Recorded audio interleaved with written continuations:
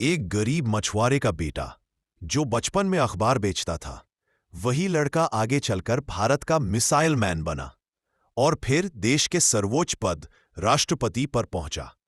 ये कहानी है उस महान इंसान की जिन्हें दुनिया डॉक्टर एपीजे अब्दुल कलाम कहती है।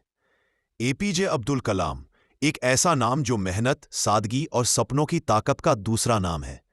15 अक्टूबर 1931 रामेश्वरम का एक छोटा सा घर, जहां पैदा हुआ वो बच्चा जिसने भारत का भविष्य बदल दिया।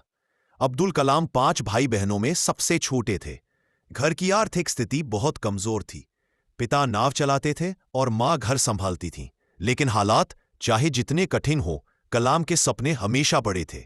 बचपन में वे अखबार बांटकर घर का खर्च चलाने में मदद करते थे, पर उनके अंदर ज्ञान की ऐसी आग थी कि कोई गरीबी उसे बुझा नहीं सकी। कलाम कहते थे, अगर सूरज की तरह चमकना है तो पहले सूरज की तरह जलना पड़ेगा। बचपन बड़ा ही साधारण था। घर में जब भी खाना बनता, पूरा परिवार जमीन पर बैठकर साथ साथ खाना खाता था। सब लोग थोड़ा थोड़ा खाते थे, लेकिन मैं तो बच्चा था ना, मासूमियत में 2 से 3 रोटी भी खा जाता था।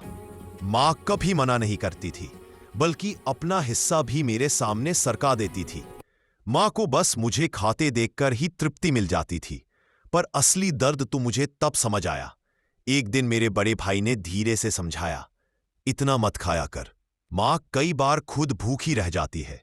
तू छोटा है, तुझे समझ नहीं होती, पर मां को भी खाना चाहिए।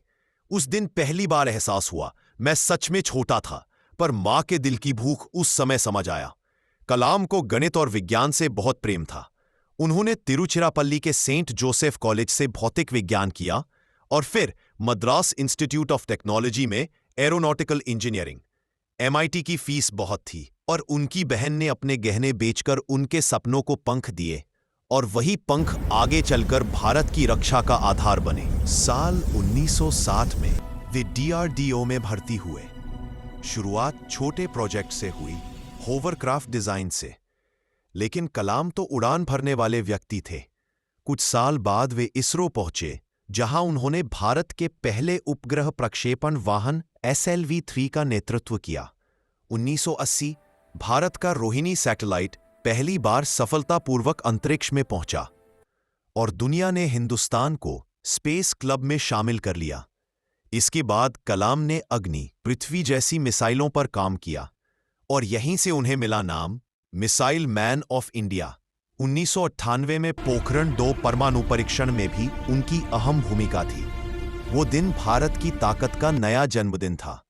2002 अब्दुल कलाम भारत के 11वें राष्ट्रपति बने। एक वैज्ञानिक, एक शिक्षक, एक सच्चे इंसान। देश की जनता ने उन्हें दिल से अपना राष्ट्रपति माना। वे कहते थे, राष्ट्रपति बनना मेरा सपना नहीं था, मेरा सपना था भारत को महान बनाना। राष्ट्रपति पद छोड़ने के बाद भी वे कॉलेजों में जाते रहे, युवाओं से बातें करते रहे, उन्हें सपने दिखाते रहे। 27 जुलाई 2015 शिलांग में एक स्टेज पर लेक्चर देते देते वे गिर पड़े और हमेशा के लिए अमर हो गए। उनकी अंतिम सांस भी युवाओं को प्रेरणा देते हुए निकली।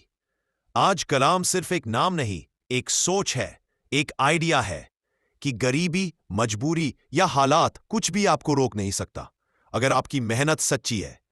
दोस्तों, अगर डॉक्टर एपीजे अब्दुल कलाम की यह प्रेरणादायक कहानी आपको पसंद आई हो तो वीडियो को लाइक करें, चैनल को सब्सक्राइब करें और कमेंट में लिखें, जय हिंद डॉक्टर कलाम।